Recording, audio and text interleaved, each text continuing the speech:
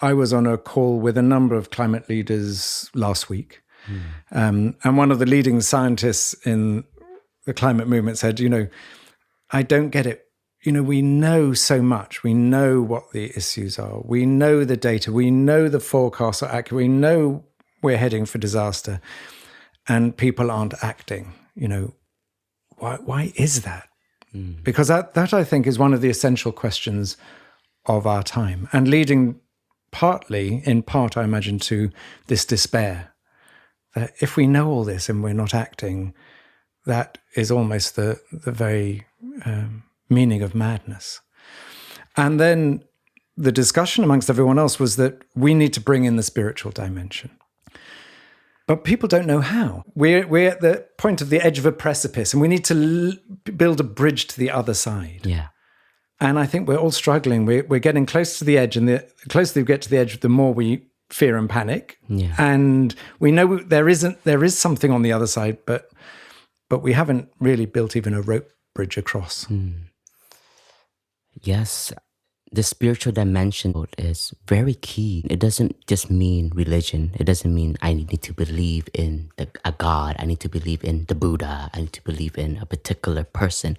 A spiritual dimension is allowing us to touch interbeing. This is very important. And I believe the reason why there's not, even as if we have all the information, but we're not bringing people to the suffering, then we're not going to change. We're not going to change our consciousness. We're not going to change our way of thinking. Just we live in France, where it's very beautiful.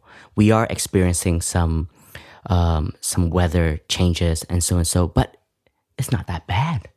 And I can still buy whatever I want. I can still have enough food. I can still have water. But the science is saying, but if we don't take care of it, we're not going to have all this.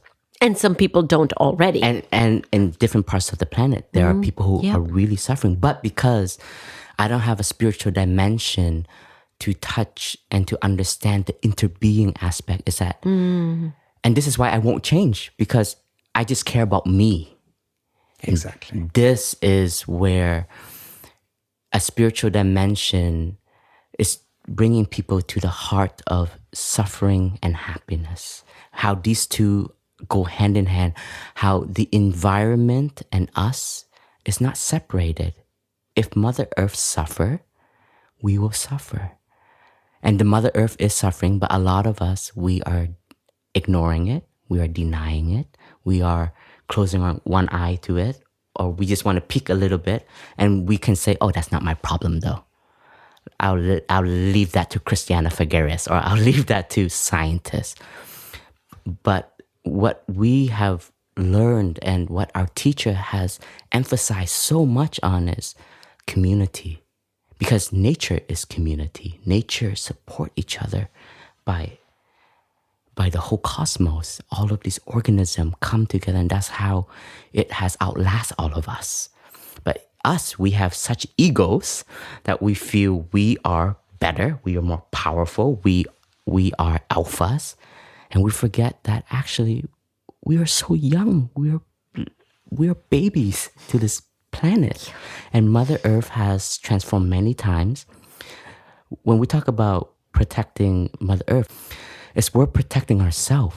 Mother Earth knows how to take care of herself, and this is very important because once again we are dividing. We are I am me, and the Earth is the Earth. Nature is nature.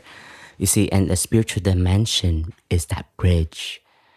It's where we can connect to seeing us as Mother Earth, seeing us as the suffering, seeing us as the person cutting the trees, seeing us as the oil being spilled into the ocean.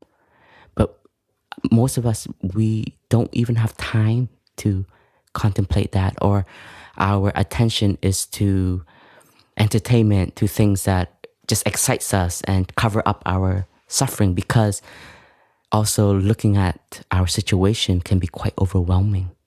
And that's why we want to push it away, ignore it, and say, maybe I'll leave that to the future generation. And once again, that is not interbeing, because who is the future generation? is your children, your descendants, your friends. They are you also.